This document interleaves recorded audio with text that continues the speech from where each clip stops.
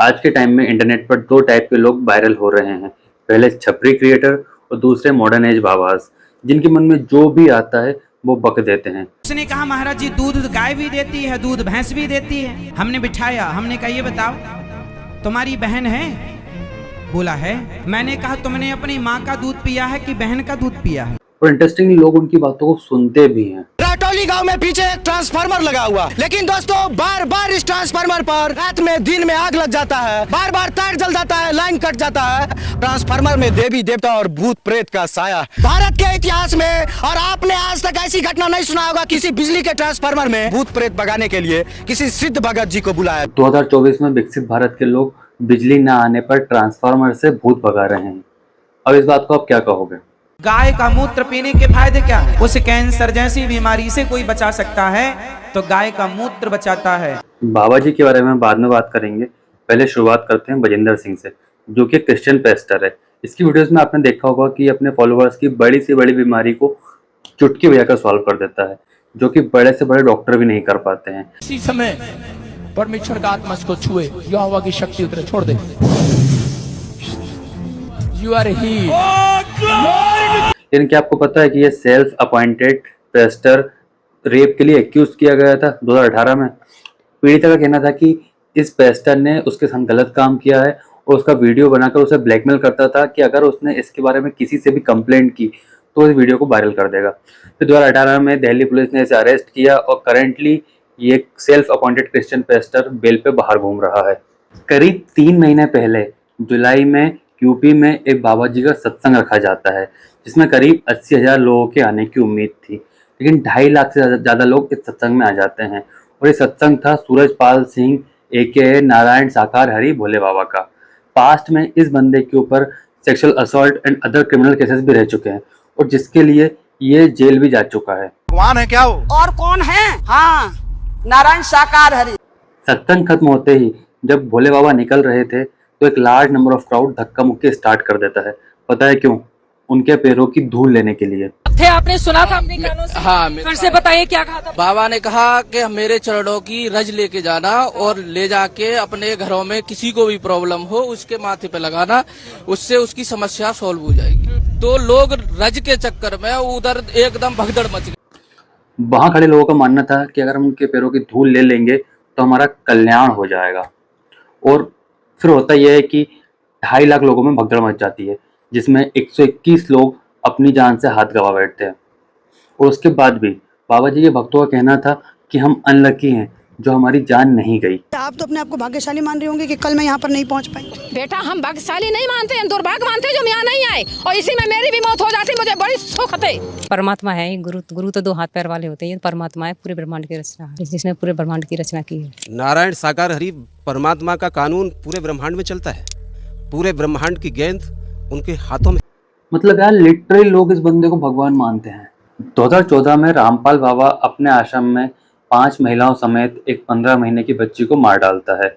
और फिर जब पैरामिलिट्री फोर्सेस बाबा को पकड़ने उसके आश्रम गई तो बाबा के फॉलोअर्स ने ही फोर्सेस को रोकने की पूरी कोशिश की थी। ये गंभीर से गंभीर बीमारियों का पानी में फूंक मारकर इलाज करता है, अगरबत्ती घुमाकर हर रोग को छू मंतर करने का पाखंड करता है। इस्लाम हुसैन और जनाब का पेशा है ये लोगों को थप्पड़ मारकर, उनके बाल खींचकर और धक्का देकर प्रेत बाधा दूर करने का दावा करता है। मौलाना ने एड्स और कैंसर तक का इलाज कर दिया है। मतलब किसी के भी बाल खींचकर, किसी को भी थप्पड़ मारकर कैंसर ठीक हो जाता है। So I request to Indian government on the behalf of this मौलाना कि देश के सारे कैंसर हॉस्पिटल बंद कर दिए जाए और वहाँ पर इस मौलाना के झाड़ फूक सेंटर खोल दिए जाए ताकि ये लोगों का कैंसर ठीक कर सके, वो भी 500,000 रुपये में। वैसे ही लोग गरीब होते हैं और न जाने कितना पैसा इन चक्करों में पड़कर बर्बाद कर देते हैं और जो सही ट्रीटमेंट करवाना चाहिए वो नहीं करवाते हैं। और ये बाबा लोग आपके भरोसे का फ़ायदा उठाते हैं और जब हज़ारों लाखों की तादाद में लोग इनसे जुड़ने लगते हैं तो ये अपने आप को पावरफुल महसूस करते हैं। कुछ अच्छे बाबा जी स्पिरिचुअल लीडर्स भी होते हैं, बट आज की डेट में ज़्यादातर बाबा एक लार्ज नंबर ऑफ क्राउड को मिसलीड ही करते हैं। लाखों लोगों को अपने सामने बैठाकर गलत इन्फॉर्मेशन ही देते हैं और उन्हीं में से एक है आज की डेट में इंटरनेट पर सबसे ज़्यादा viral the one and only Aniruddh Acharya ji. Radhe Radhe गुरु जी, मेरे चरणों में आपका कोटि कोटि प्रणाम। बिस्किट का मतलब क्या है? सवाल दाग दूंगा साइंस को, साइंस चुप हो जाए। तो आइए इनकी कुछ साइंटिफिक बातों को सुनते हैं। आईफोन का कोई भी प्रोडक्ट प्रोडक्ट आप देखते हैं कटा हुआ एप्पल बना होता है। पता है ये कहाँ से आया है? हमारे भारत में एक संत हुए हैं नीम करोली महाराज जी, नाम सुना होगा। उनके पास एक शिष्य आया अमेरिका का। उसने बोला गुरुजी हम कोई फैक्ट्री डालना चाहते हैं, बताओ क्या उसका नाम और क्या? तो महाराज जी के पास वहाँ एक एप्पल रखा हुआ था, सेब। तो महाराज जी ने सेब को खाया और खा के चेले को पकड़ा दिया, ये रहा तेरी फैक्ट्री का सैंपल। उसने उस खाए हुए एप्पल को इतना बड़ा ब्रांड बना दिया कि आज पूरी दुनिया में सबसे बड़ा ब्रांड है उसका। ऐसा कुछ भी नहीं है। नीम करोली बाबा से स्टीव जॉब्स कभी मिले ही नहीं। No doubt Steve job Neem Karoli Baba से मिलने इंडिया जरूर आए थे, बट स्टीव जॉब इंडिया 1974 में आए थे और उसके एक साल पहले ही यानी कि 1973 में नीम करोली बाबा की डेथ हो चुकी थी। तो इसका मतलब नीम करोली बाबा से स्टीव जॉब्स कभी मिले ही नहीं। और एप्पल का पहला लोगो ये आधा कटा हुआ एप्पल नहीं था, बल्कि न्यूटन एप्पल के पेड़ के नीचे बैठे हुए थे, वही लोगो एप्पल का पहला लोगो था। तो सवाल दाग दूंगा साइंस को, साइंस चुप हो जाए। सबसे पहला सूर्योदय कहाँ होता है? सूर्य उदय पहले कहाँ उगता है? सूर्योदय सबसे पहले हमारे भारत में, हम नागालैंड गए थे, नागालैंड भारत की ही धरती है। नागालैंड वहां गए तो सवेरे 4:30 बजे देखा तो दिन था। तो सबसे पहले भारत में इस क्षेत्र में, नागालैंड इत्यादि, मिजोरम इत्यादि में, पूर्वी क्षेत्र है ना वो, इसलिए उस तरफ सबसे पहला सूर्योदय होता। एक बार बाबा जी अगर अरुणाचल प्रदेश बोल भी देते तो हम ये मान लेते कि इंडिया का पहला सूर्योदय अरुणाचल प्रदेश में होता है, लेकिन बाबा जी के अकॉर्डिंग तो दुनिया का पहला सूर्योदय इंडिया के नागालैंड में होता है। टेक्निकली सूर्योदय कभी होता ही नहीं है। और ये सब बात हमको बचपन से हम सब लोग स्कूल में पढ़ चुके हैं कि अर्थ अपने एक्सिस पर रोटेट करती है और उस रोटेशन की ड्यूरेशन में उसका जो पार्ट सन के सामने आता है उस पार्ट पे दिन होता है और उसके बैक साइड रात होती है। लेकिन इंटरनेशनल डेडलाइन को ध्यान में रखते हुए जिस भी कंट्री पर पहला सनलाइट पड़ेगा वहीं पहला सूर्योदय होगा। और इंटरनेशनल डेडलाइन के सबसे पास जो कंट्री है वो है किरिबास। किरिबास एक कंट्री है जिसका मिलेनियम एक आइलैंड है और दुनिया में पहला सूर्योदय यहीं होता है। Japan is the wrong answer. Japan is located to east of Asian continent, that's why Japan is called to land of rising sun. अब इनके प्रवचन में लाखों लोग होते हैं, उनमें बहुत सारे बच्चे भी होते हैं। तो बच्चों ने बचपन से क्या सीखा होगा कि दुनिया में सबसे पहला सूर्योदय, दुनिया में सबसे पहले सनराइज इंडिया के नागालैंड में होता है। Miss information. पापा मतलब पाप आ, पाप को पापा कहते हैं। पापा का अर्थ होता है पाप, पाप आ भी होता है, पापा पापा। मम्मी, मम्मी मीन्स मरी हुई, मम्मी, उसे मम्मी कहते हैं। वो डुबा के रखना, खराब ना होना, उस प्रोसेस को मम्मी। तो मरी हुई नहीं है आपकी माँ, जिंदा है। मतलब कुछ भी जो मन में आया अनाप शनाप बोल दिया। स्त्रियों को प्रणाम लेट कर नहीं करना चाहिए। स्त्रियों के जो स्तन होते हैं वह पृथ्वी माँ में टच नहीं होना चाहिए। महिलाओं के लिए भी बाबा जी के कंट्रोवर्शियल स्टेटमेंट हमेशा से रहे हैं। उसने कहा महाराज जी दूध गाय भी देती है, दूध भैंस भी देती है। हमने बिठाया, हमने कहा ये बताओ तुम्हारी बहन है? बोला है। मैंने कहा तुमने अपनी माँ का दूध पिया है कि बहन का दूध पिया है? यार ऐसी अभद्र भाषा, ऐसा अभद्र जवाब एक धर्मगुरु का एक स्पिरिचुअल लीडर को शोभा देता है? एक स्पिरिचुअल गुरु की ऐसी अभद्र भाषा हो सकती है? गाय के गोबर से यदि आप स्नान करते हैं, गोबर को शरीर में मलते हैं, यदि उसको रगड़ते हैं चेहरे पर, तो त्वचा संबंधी जितने रोग हैं वो समाप्त हो जाते हैं। कोई बाबा जी को गोबर ले जाकर दो as a face wash use करने के लिए।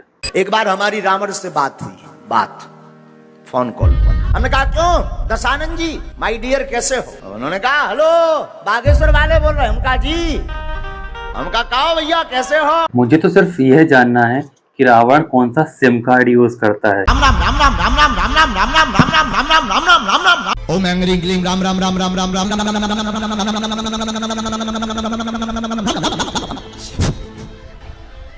जंजीर से जकड़ा जाए न हे सन्यासी बाबा।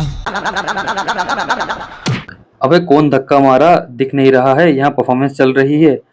कैरेक्टर ब्रेक कर दिया। पहले बाल थोड़ा ठीक कर लें फिर एक्टिंग स्टार्ट करते हैं। अब पानी तो पी लेने दो, एक्टिंग करते हुए प्यास नहीं लगती क्या? क्या आपको प्रॉब्लम है? क्या आप अपनी लाइफ की प्रॉब्लम सॉल्व करने के लिए भगवान से बात करना चाहते हैं? Then I can give you phone number of god if you want. बोलो चाहिए? भगवान का मोबाइल नंबर है 99 36 तमाम 032। नाग वाली कंदी स्पिरिट तेरी जीभ को छोड़े। नहीं नहीं कभी नहीं। Hallelujah hallelujah hallelujah hallelujah.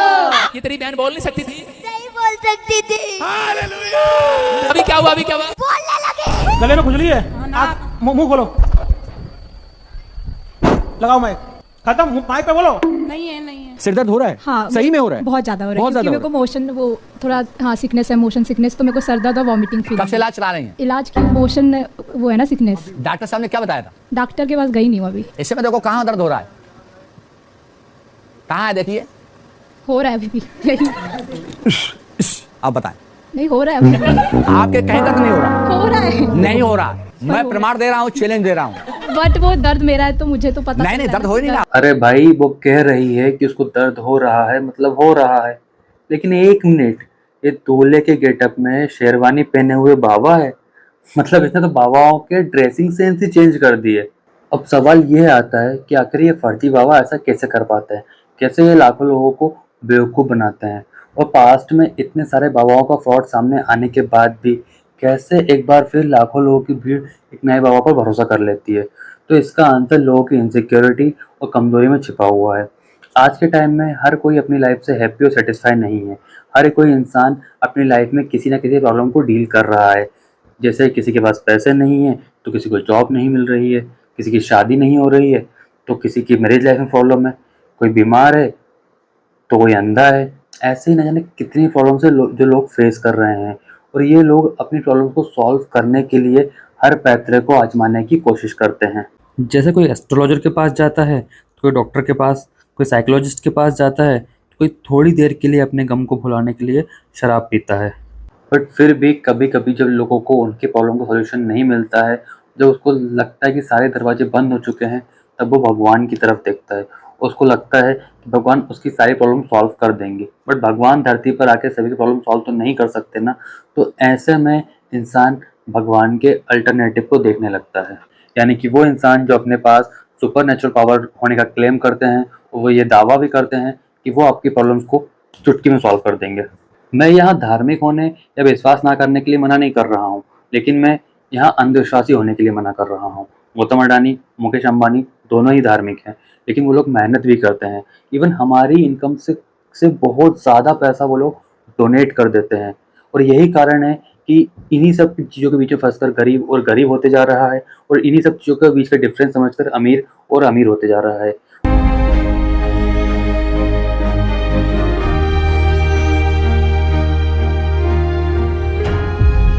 और सबसे बड़ी आयरनी की बात तो ये है कि एशिया का सबसे बड़ा स्लम भी उसी शहर में है जिस शहर में एशिया का सबसे एक्सपेंसिव बिल्डिंग है, यानी कि धारावी और एंटीलिया दोनों मुंबई में ही हैं। लेकिन सवाल अब भी वही है कि क्यों लाखों करोड़ों लोग एक ही इंसान को फॉलो करते हैं, क्यों वो उसे भगवान के इक्वल मानते हैं, और ये एक ही इंसान इन करोड़ों लोगों को कंट्रोल कैसे करता है। तो इसके पीछे 3 मेन कारण है। पहला पेड मार्केटिंग, दूसरा चैरिटी, एंड तीसरा by doing mentalism and magic. पहला पेड मार्केटिंग, यही फर्जी फेक बाबाओं की एक टीम होती है। यही टीम के मेंबर्स लोगों के पास जाकर वर्ड ऑफ माउथ से मार्केटिंग करते हैं। जैसे कि मेरी ये प्रॉब्लम थी और मैं फलाने बाबा के पास गया, बाबा ने मेरी प्रॉब्लम ठीक कर दी। अब सामने वाला जो ये सब चीज़ सुन रहा है, उसकी लाइफ में ऑलरेडी प्रॉब्लम्स भरी पड़ी होती है, तो वो भी बाबा के पास जाना शुरू कर देता है। और यही word of mouth marketing technique से रूरल एरियाज़ में 90% लोग इन बाबा का शिकार आसानी से हो जाते हैं। बाबा का सत्संग करते लाखों लोग आते हैं, तो ऐसा क्या चमत्कार बाबा ने किया था जिसको देखने के बाद जो लोग लाखों लोग उनसे जुड़ते चले गए? तो लोगों को ही पता होगा, ये मतलब चमत्कार किसी ने देखा नहीं था। जो लोगों को चमत्कार हुआ, जिसको फायदा हुआ, उसी ने जाना होगा। मतलब अभी तक किसी ने देखा नहीं क्या चमत्कार किया। सेकंड ट्रिक है चैरिटी। बहुत सारे लोग तो बाबा जी से इसलिए भी इम्प्रेस हो जाते हैं क्योंकि बाबा जी गरीबों को खाना खिलाते हैं। लोग सोचते हैं कि यार कितना अच्छा इंसान है जो भूखे लोगों को खाना खिला रहा है, बेघर लोगों को अपने आश्रम में रख रहा है। बट रियलिटी में ये वही सेम चैरिटी टेक्निक होती है जो बिलियनर्स यूज़ करते हैं अपने टैक्स को पैसा को बचाने के लिए। मतलब इंडिया में अगर कोई काम चैरिटी पर्पस के लिए किया जाता है तो टैक्स फ्री होता है। मतलब अगर कोई चैरिटी में पैसा डोनेट कर रहा है तो उसका टैक्सेबल अमाउंट कम हो जाएगा। वहीं दूसरी तरफ जिस चैरिटी फंड में पैसा डोनेट किया जा रहा है उसको भी कोई टैक्स देना नहीं पड़ेगा। मतलब अगर मैं अपने पैसे को चैरिटी में डोनेट करता हूँ तो एक तरफ तो मैं अपना टैक्सेबल अमाउंट कम करवा रहा हूँ, और दूसरी तरफ मैं अपने ही चैरिटी फंड में पैसा डोनेट करके टैक्स के पैसे को और ज़्यादा बचा रहा हूँ। तो भाई अब इतना ज़्यादा आप टैक्स बचा रहे हो तो थोड़ा बहुत काम तो चैरिटी के लिए करना पड़ेगा ना, ताकि ईडी और आईटी की नज़र आपको ना लग जाए। तो सेम यही ये लोग करते हैं। अगर आप काले धन से रिलेटेड वीडियो चाहते हैं तो कमेंट कर दीजिएगा। इंडियन टैक्स एक्ट 1961 के section 80G, section 10 23C, section 11(3), section 13AV and section 12AA के अंतर्गत इन नॉन टैक्सेबल लॉज को अप्लाई किया जाता है। इन सेक्शन के आधार पर अब दान में दिए गए पैसे को टैक्स फ्री कर सकते हैं, जिसका फ़ायदा बीसीसीआई उठाता है। अब कहने को तो बीसीसीआई एक क्रिकेट बॉडी है, बट वो रजिस्टर्ड है एज अ चैरिटेबल ऑर्गेनाइजेशन। मतलब अगर वो 1000 करोड़ रुपए भी कमा रहा है तो उसे एक पैसा टैक्स देने की ज़रूरत नहीं है। मतलब कि अगर इन बाबाओं का चैरिटी करना सही है तो बड़े बड़े बिजनेसमैन का चैरिटी करके अपना टैक्स का पैसा बचाना सही है। और पिछले वीडियो में जो हमने पूजा सिंघल की कहानी डिस्कस की थी, जिसने अपने करप्शन के 200 करोड़ रुपए को चैरिटी में शो किया था, वो भी सही है। अगर वो गलत है तो फिर ये भी गलत है। अब इन लॉस को और बिजनेस ट्रिक्स को समझना एक गांव के भोले भाले इंसान के लिए मुश्किल होता है। तो सोचता है कि बाबा जी भले इंसान हैं और धर्म का काम कर रहे हैं। अलगे फ्रॉड चल रहा है। थर्ड नंबर पर आता है मैजिक एंड मेंटलिज्म। मतलब उनके पास बैठते ही वो आपको बता देंगे कि आप उनके पास क्यों आए हो, आपकी लाइफ में क्या प्रॉब्लम चल रही है और किन दिक्कतों को आप फेस कर रहे हो। मगर यूट्यूब और इंस्टाग्राम पर ऐसे बहुत से क्रिएटर्स हैं जो इस मेंटलिज्म की ट्रिक को यूज़ करते हैं। First number in your mind 874400 and that's it.